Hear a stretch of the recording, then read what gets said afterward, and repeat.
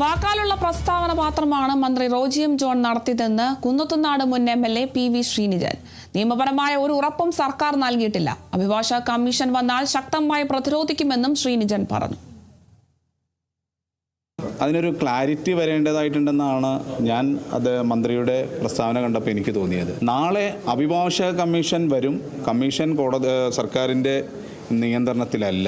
ഒരു ബഹുമാനപ്പെട്ട മുനിസിപ്പൽ കോടതിയുടെ കൃത്യമായിട്ടുള്ളൊരു ഉത്തരവുണ്ട്, പോലീസിന് നിർദ്ദേശം കൊടുത്തിട്ടുണ്ട്. ആ കോടതിക്ക് മുകളിലാണോ ഒരു മന്ത്രിയുടെ പ്രസ്താവന എന്ന് എനിക്ക് സംശയമുണ്ട്. അപ്പോൾ അതിലൊരു കൃത്യമായിട്ടൊരു ക്ലാരിറ്റി, കാരണം നാളെ പോലീസ് വരാതിരിക്കുന്ന ഒരു സാഹചര്യമില്ല, അല്ലെങ്കിൽ ഹൈക്കോടതിയുടെ നിന്ന് കൃത്യമായിട്ട് നിർദ്ദേശം മുനിസിപ്പൽ കോടതിന് ഉണ്ടാകണം. അങ്ങനെ സോഫാർ അങ്ങനെ ഒരു നിർദ്ദേശമുള്ളതായിട്ട് മന്ത്രി പറഞ്ഞിട്ടില്ല. മന്ത്രി വാക്കാൽ പറഞ്ഞത് പോലീസ് വരില്ലെന്നാണ്. പക്ഷേ എനിക്ക് അങ്ങനെ ഒരു ഞങ്ങൾ സമരസമിതി അത് സംശയിക്കുന്നുണ്ട്. പോലീസ് വരാതിരിക്കാനുള്ളൊരു നിയമപരമായിട്ടുള്ള യാതൊരു നടപടികളും ഇതുവരെ എടുത്തിട്ടില്ല എന്നുള്ളതാണ് ഞാൻ മനസ്സിലാക്കുന്നത്. അത് മന്ത്രി തന്നെ പറഞ്ഞല്ലോ, അഭിഭാഷക കമ്മീഷൻ വരാം. അഭിഭാഷക കമ്മീഷൻ വരണമെങ്കിൽ കോടതി അതനുസരിച്ചുള്ള നിർദ്ദേശം, നിങ്ങളെല്ലാവരും ആ ഓർഡർ കൃത്യമായിട്ട് വായിച്ചതാണല്ലോ.